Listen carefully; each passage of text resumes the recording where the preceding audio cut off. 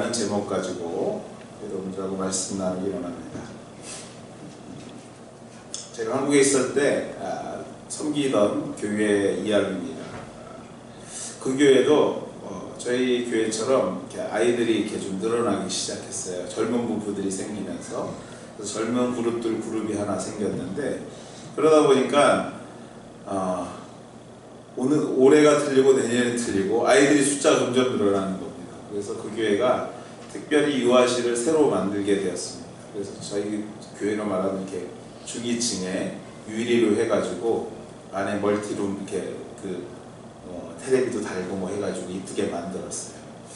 그래서 이제 아이들을 데리고 오는 부모들을 그 위로 다 올려보냈죠. 올려보내서 거기서 편하게 예배드리십시오. 아이들은 밑에 기어다녀도 되고요. 엄마 아빠들은 또 앉아서 예배드릴 수도 있고 그렇게 돼 있었습니다. 교회의 의도는 참 좋았습니다.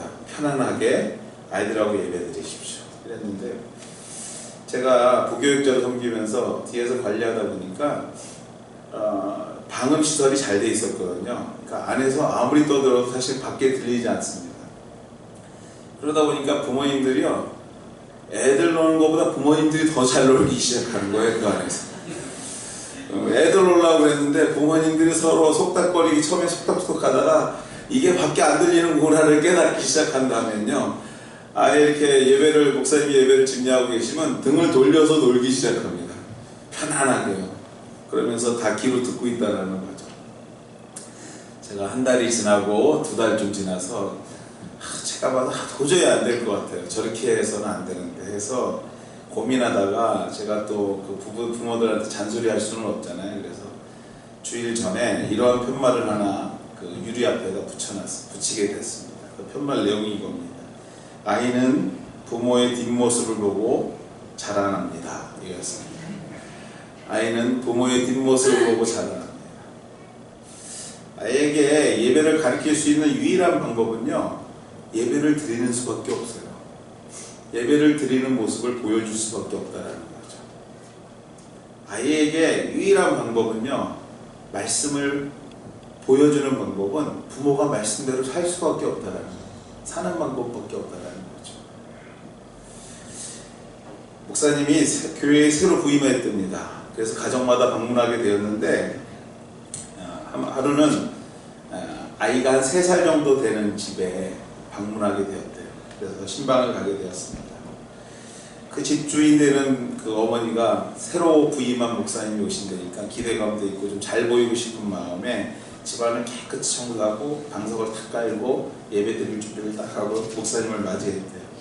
그리고 목사님이 들어오자마자 3살 아이가 막 뛰어놀고 있으니까 얘야 하고 부른 다음에 이제 예배 드려야지 그러면서 부모가 하는 얘기가, 엄마가 제일 좋아하는 책 있지? 그것 좀 갖고 와봐. 그랬대요. 그랬더니 아이가 쪼르르 뛰어가서 제일 좋아하는 책을 가져왔는데, 부모의 예상은 뭡니까? 예배를 드리려니까 성경책 가져오라는 소리였는데 아이가 쪼르르 가더니요 인터넷으로 오다하는 쇼핑몰 책을 갖고 오거든요. 그래서 얼마나 부모님과 목사님 앞에서 쑥스러웠는지. 이게 남 얘기 같은데 가끔 보면 남 얘기가 아닐 때가 있음을 보게 됩니다. 여러분 가정에서는 어떠한 일이 일어날까요? 만약에 이렇게 한다면, 이제 다 컸으니까 우리 아이는 뭐 눈치 있으니까 이렇게 할 거야, 그렇게 생각하지 마시고요. 우리 가정에 만약에 이런 아이가 있고 내가 이렇게 얘기한다면 뭘 가져올까? 혹시 여러분들 스마트폰 가져오지 않을까요? 내가 제일 좋아하는 거 있지? 하고 가져오라고 그러면 스마트폰. 아니 내가 제일 좋아하는 거 가져오래지 하면은 어른들은 분명히 뭡니까? TV 리모컨 가져올 것인지 모르겠습니다. 그렇습니다. 여러분들, 자녀는 부모의 거울입니다. 그래서 무심결에 지나가는 나의 모습을 너무나 정확하게 따라하는 존재들이 자녀들이라는 것이죠. 그래서 어려운 것이 자녀 교육입니다. 그래서 어려운 것이 자녀들을 교육하는 것입니다. 위의 질문으로 다시 돌아가서 여러분의 자녀들은 무엇을 가져올까? 잠시 생각해 보아도 사실 그렇게 나쁘지도 않지만 그렇다고 그렇게 교육적이도 않을 것 같아요. 내가 제일 좋아하는 거 있지 가져오는데 이상한 거 뭐 총 갖고 오지는 않은 거 아닙니까? 근데도 가져오는 걸 보면 그렇게 또 바람직하지는 않을 것 같다는 생각을 해봅니다.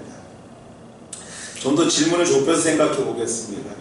적어도 우리 아이들 손에 여러분 성경이 좀 들려줬으면 하는 좀 그런 마음 없으십니까? 그래 뭘 내가 좀 좋아하는 거 갖고 하면 애들도 모르는 사이에 성경이 좀 손에 들려있는 모습 하는 소망이 없는지요? 내가 그들을 돌보지는 못하는 순간 그들이 날마다 나와 함께 있지 못하고 그들 개인적으로 살아가야 되는데 그 순간 주의 말씀이 그들을 돌볼 수만 있다면 부모인 우리의 삶이 그래도 조금은 편하지 않을까라는 기대감, 그런 질문을 좀 해보는 거예요. 내가 그들을 맨날 같이 쫓아다니면서 너 이렇게 하면 안 돼, 저렇게 하면 안 돼 이렇게 얘기할 수도 있는 게 아니잖아요. 근데 그들이 혼자 있을 때 그들 손에 성경이 적어도 좀 들려있다면 그래도 조금 마음 한편은 편하지 않겠냐는 것입니다. 그렇습니다. 여러분들, 어버이 주일 저와 여러분에게 이런 꿈이 있어야 합니다. 어떤 꿈이냐면요, 내가 믿는 그 하나님이 나뿐만 아니라 우리 자녀들을 지키시는 인생이 되기를 소망하는 그 꿈. 내가 믿는 나만 의지하는 하나님이 아니라 내가 의지하는 그 하나님이 우리 자녀들도 지키고 그들도 나처럼 의지하는 인생, 그러한 꿈이 이 어버이 주일에 우리 가운데 있어야 된다는 것이죠. 이러한 꿈을 이루기 위해서는요, 앞서도 얘기했지만 자녀들은 누구의 뒷모습을 보고 자란다고요? 부모의 뒷모습을 보고 자라는 거죠. 이런 꿈을 이루기 위해서는 여러분 손에 말씀이 있어야 돼요. 여러분 손에 말씀이라는 것은 포괄적으로 얘기해요. 여러분 손에 기도하는 모습, 하나님을 섬기는 모습이 있어야 그 모습을 보고 따라가지 않겠습니까? 여러분을 비추어 보는 자녀들이 여러분이 말씀과 함께하는 모습을 보아야 적어도 좀 흉내내지 않겠냐라는 거예요. 내가 가장 사랑하는 책을 좀 가져와 봐라 했을 때 고민하지 않고 성경책을 가져올 수 있는 가정, 그 가정에서 성장한 자녀, 그래도 조금은 다르지 않겠냐라는 것이죠. 그래도 세상 사람들하고 좀 구분된 삶을 살지 않겠냐라는 기대감이 좀 있지 않겠냐라는 것입니다. 그러나 여러분, 현실로 돌아가 보면 그렇지 않습니까? 그럼 우리가 생각하는 만큼 그렇게 되지 않지 않습니까? 그래서 어버이 주일인 오늘 여러분과 오늘 우리가 왜 내 손에 말씀이 없는가? 왜 아이들 눈에 내가 성경을 보는, 말씀을 묵상하는 모습이 그들의 눈가에 비춰지지 않는가? 좀 원인을 찾고 분석해 볼 필요가 있다는 것입니다. 그냥 단순히 앞으로 있지 이게 아니라 왜 우리 아이들이 내가 말할 때 그러한 신앙적인 모습이 잘 보이지 않는가라는 것이죠. 다시 질문하겠습니다. 혹시 여러분 주변에 말씀은, 성경은 혹시 있습니까? 자녀들 눈에 여러분의 말씀 보는 모습이 항상 비춰집니까? 혹시 주변에 말씀이 없다면 왜 없습니까? 이 질문을 좀 해보고 싶다는 거예요. 왜 우리 아이들이 나를 보고 말씀 보는 습관을 기르지 못했을까 하는 것이죠. 여러 가지 이유가 있겠지만 그 중에 가장 큰 이유 중에 하나, 내 손에 성경이 없는 가장 큰 이유 중에 하나가 뭐냐면요, 성경이 너무 어렵다는 거예요. 성경이 너무 어렵다는 생각에서부터 시작됩니다. 미국 침례교 신학자인 고든이라는 신학자 박사님께서 이렇게 말했다고 합니다. 하나님의 말씀은 신선한 우유 같아서 전달되는 과정에서 차갑게 굳어지고 얼어버려 받아들이기 힘들 때가 종종 있다. 그런데 시베리아 지방에서는요, 우유를 배달할 때 얼려서 배달한대요. 그래서 그 우유를 먹으려면 참 먹기가 힘들대요. 녹여서 먹어야 돼요. 그런데 성경이 우유같이 몸에 좋은 건 알겠는데 그게 너무나 때로는 정말 경직되게 느껴져가지고 정말로 차갑게 느껴져서 그것이 잘 받아들이지 않게 되더라는 것입니다. 그렇습니다. 여러분들, 그 박사님 말씀처럼 하나님의 말씀이 마치 얼어서 배달되는 우유처럼 차갑고 다루기 어려운 것이 우리가 말씀을 멀리하는 분명한 이유 중 하나라는 것이죠. 어렵다라는 것이에요. 깨닫기 힘들다라는 것입니다. 그렇다면 더 직설적으로 질문해 볼 필요가 있습니다. 왜 어려울까요? 왜 어려울까요? 그 말씀이 왜 어려울까 하는 것입니다. 오늘 살아가는 우리들에게 있어서 말씀이 왜 어려운가, 여러 가지 이유들을 말할 수 있겠지만요, 본문 말씀을 좀 비추어서 생각해 볼 때 너무 멀다고 생각해서일 것입니다. 너무 멀다고. 오늘 말씀에서 너무 멀다라는 표현들이 있죠. 너무 멀다고 느끼는 것이에요.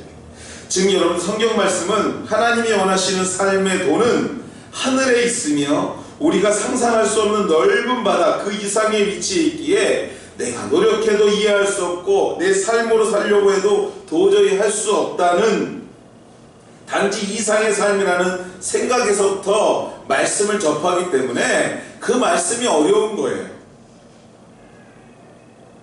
이러한 생각 때문에 시도조차도 하지 않게 되는 것입니다.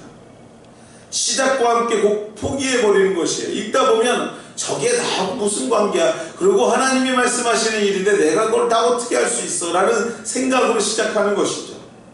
그러나 오늘 성경은, 본문은 11절에서 다음과 같이 선포합니다. 어려운 것도 아니고 먼 것도 아니랍니다. 말씀은요, 어렵지도 않고 멀리 있는 것도 아니래요. 우리가 생각하는 것처럼 어려운 것도 아니고 멀리 있는 것도 아닌 것이 오늘 우리에게 주어진 말씀이라고 성경은 우리에게 말하고 있는 것입니다. 우리가 생각하는 것처럼 말씀을 지키고 그 말씀대로, 즉 하나님이 원하시는 삶을 사는 것이 결코 상상 속에 있는 삶이 아니요, 누군가 특별한 사람들만이 할 수 있는 삶이 아닌 저와 여러분, 또 오늘 주님을 믿는 그 누구라도 말씀을 깨닫고 그 말씀대로 행하는 삶을 살고 있다고, 살 수 있다고 성경은 오늘 우리에게 말하고 있는 것입니다. 그렇습니다. 여러분들, 말씀은, 주님께서 주신 이 성경 말씀은요 결코 어렵지 않습니다. 아멘 하는 자들이 어렵지 않게 될 줄 믿습니다. 아멘. 어렵지 않습니다.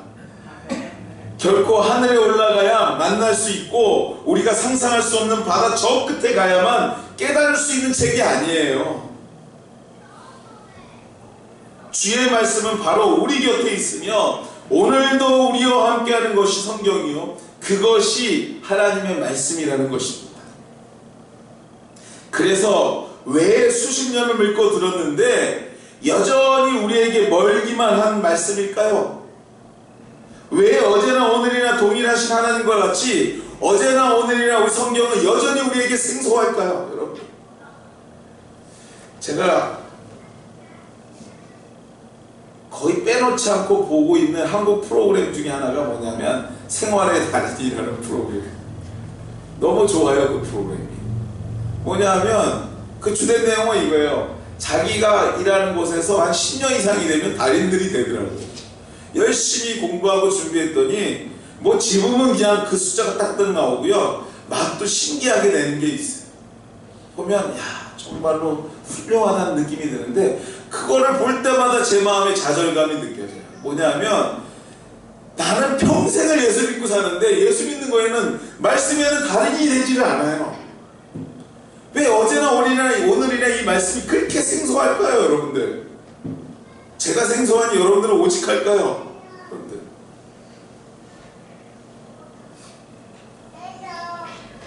그렇습니다. 여러분들, 결코 멀지 않은 말씀이 멀게 느껴지는 이유, 그 이유는 우리에게 쉬운 말씀을 접하는 데 있어서 최소한의 것들이 없기 때문에 그래요.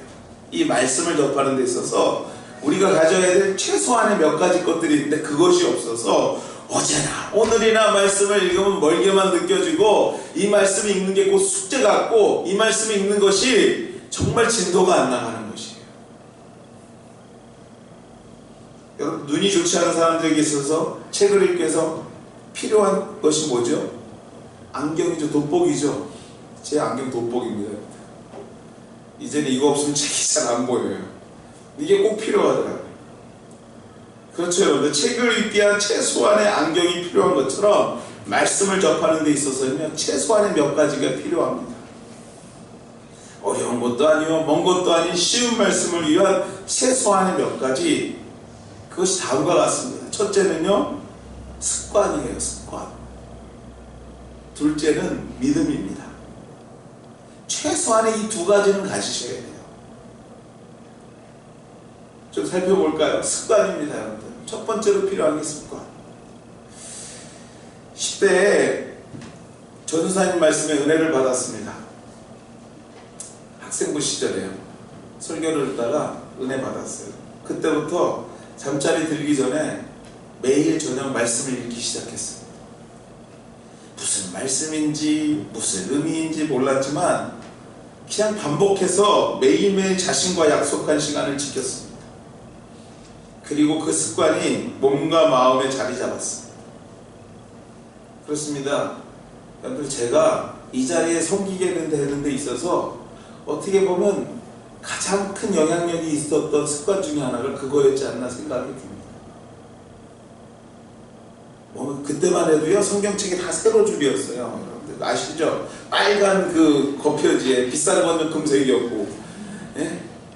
그러니 뭐 국어책이 옆으로 된 것도 잘 못 읽는데 세로 된 것을 이렇게 뭐 읽으려니 얼마나 읽은데 또 읽고 돌아가서 또 읽고 뭐 이래도 저녁에 자기 전에 한 장 읽어야지 하고 읽기 시작했던 거죠.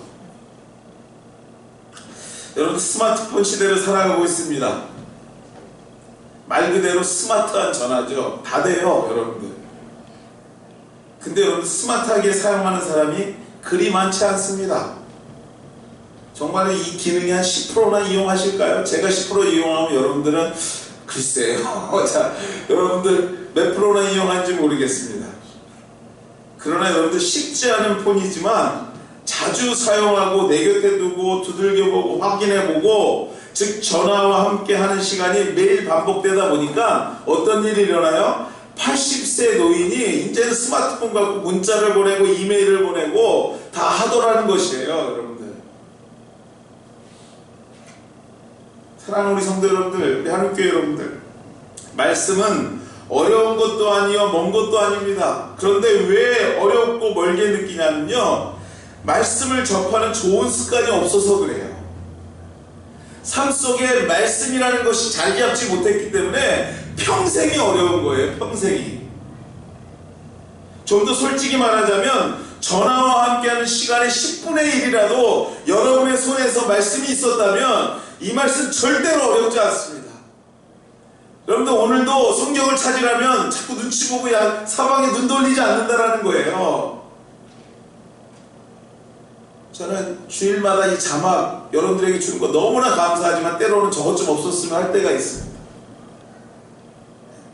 저거 한 뒤로는요, 아예 성경책 안 갖고 다니는 사람들 숱해요. 필요도 없죠. 요새 찬양도 다 가스펠 많이 하니까요. 아예 찬양도 보여지니까요. 전화와 함께하는 시간의 10분의 1이라도 여러분의 삶 속에서, 여러분의 손 안에서 성경이 자리 잡고 있다면, 생명을 살리는 좋은 습관이 여러분의 삶 가운데 있다면, 성경이 결코 멀게 느껴지지 않는다는 것이죠.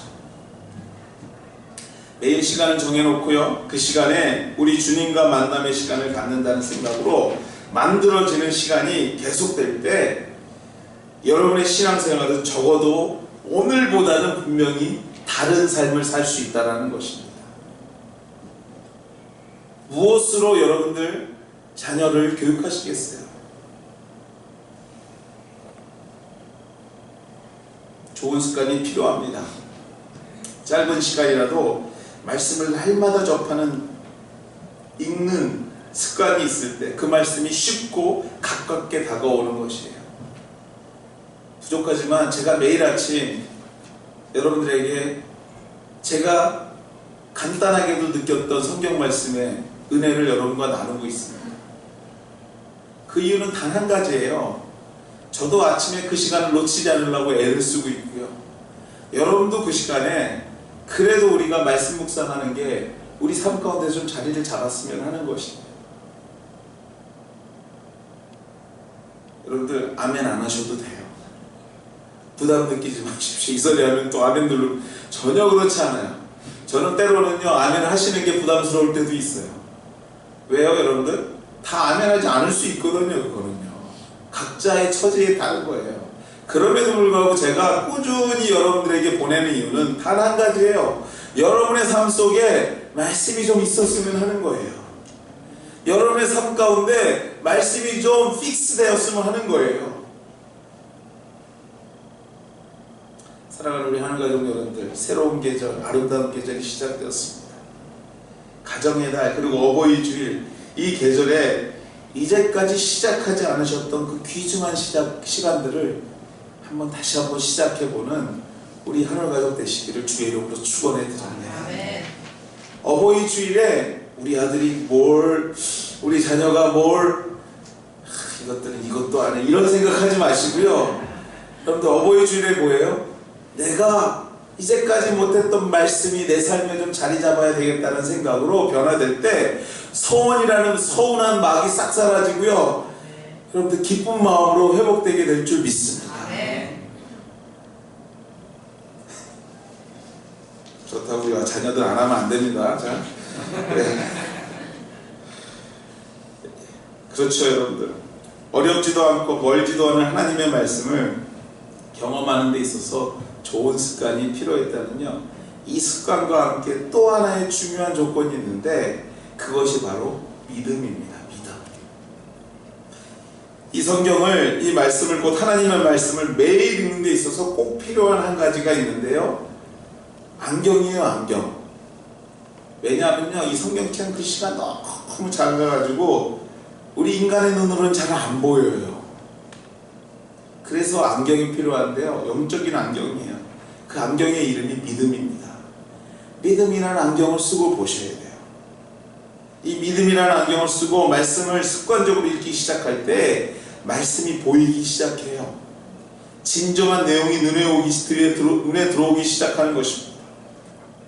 오늘 내가 읽은 말씀은 하나님의 말씀이며 이 말씀은 오늘 나에게 우리 하나님께서 주신 것임을 확신하는 마음으로 말씀을 읽기 시작한다면 그때부터 말씀의 새로운 세계가 열리기 시작하는 거예요. 왜냐하면 말씀은요 세상의 지식이나 인간의 지혜로 깨달아지는 것이 아니고 오직 믿음으로만 깨달아지기 때문에 그래요. 또 이 믿음의 안경은 단순히 지면에 있는 내용만 읽어 내려가는 것이 아니라요, 아버지의 마음을 보게 합니다. 말씀 속에서. 이 믿음의 안경을 쓰고 말씀을 읽기 시작하면요, 이 글자로만 보이는 게 아니라 이 속에 하나님의 마음이 녹아있구나를 느끼게 되고 내 삶이 변화되는, 하나님의 마음이 터치하여서 내 마음이 변화되고 삶이 변화되는 것을 경험하게 된다는 것이에요. 아버지 하나님의 마음을 읽게 하는 은혜를 경험하게 됩니다. 그래서 다윗이 이러한 고백을 해요. 시편 19편 10절의 말씀에 보면요, 송이 꿀송이보다 더 단 말씀이라는 표현을 씁니다. 여러분들 이 말씀이 맛이 있어요? 그렇게 얘기하는 사람이 있겠지만 진짜로 하나님의 믿음을 가지고 말씀을 읽기 시작할 때 이 말씀이 우리의 삶 속에서 정말 그 무엇보다도 달콤하고 맛있고 아름다운 말씀이라는 것을 보게 되고 깨닫게 되기 시작한다는 것입니다. 다윗의 고백했듯이 우리 또한 다윗과 같은 말씀의 참맛을 알고 의미를 깨닫게 되는 줄 믿습니다. 그런데 여기서 한 가지 중요한 게, 믿음을 가지고 말씀을 읽는 데 있어서 오해하지 말며 잘 이해할 것이 있습니다. 즉 이것은 뭐냐면요, 학문적인 관심과 믿음의 관계예요. 말씀을 읽을 때 여러 가지 학문적인 의심을 갖는 것은 매우 중요한 포인트예요.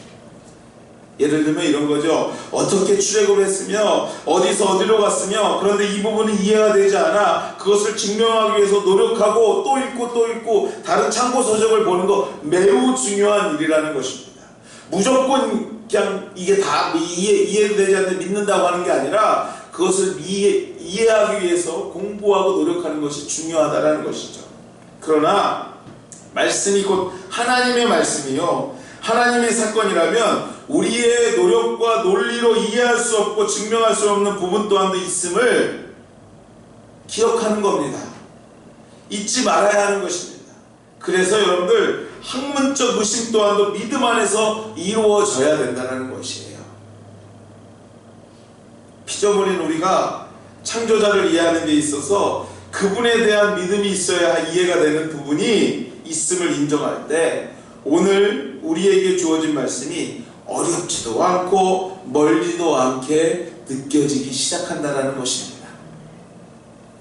그러므로 말씀을 읽을 때 앞서 성령 하나님께 의지하는 마음으로 기도한 후에 여러분 앞에 놓여진 어렵지도 멀지도 않은 말씀을 읽어갈 때 우리 하나님께서 이전에 경험하지 못했던 송이 꿀송이보다도 더 단 말씀을 여러분의 삶 가운데서 경험케 하시는 줄 믿습니다. 아멘. 어버이 주일입니다, 여러분들. 과연 부모된 우리들이 무엇으로 자녀에게 가르쳐야 되겠습니까? 아니 무엇으로 맡겨진 자녀를 양육할 수 있을까요? 과연 무엇으로 우리의 사명을 다할 수 있을까요? 그렇습니다. 그들의 손에 말씀이 들려지게 하는 것입니다. 그들의 삶 가운데 말씀이 자리 잡게 하는 겁니다. 그들의 삶 가운데 기도와 찬양이 자리 잡게 하는 것입니다.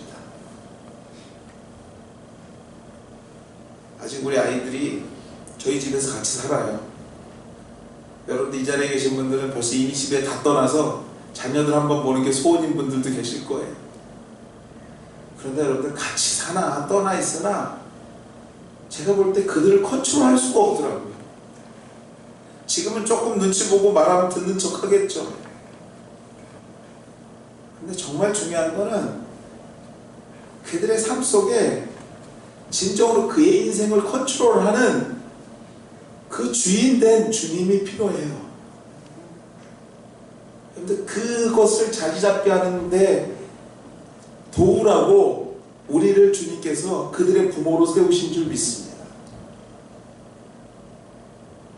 여러분이 읽어야 그들도 읽습니다. 여러분이 기도해야 그들도 기도하고요. 여러분이 삶 속에서 찬양해야 우리 자녀들도 찬양하게 돼 있어요.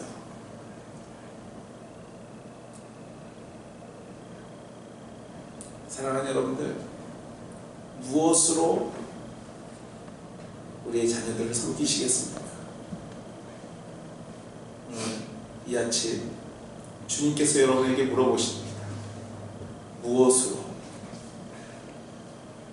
주신 답 가지고 우리 자녀들과 함께 이 좋은 날 행복하고 복된 하루 보내시기를 주의 이름으로 축원해 드립니다. 같이 한번 기도하시겠습니다.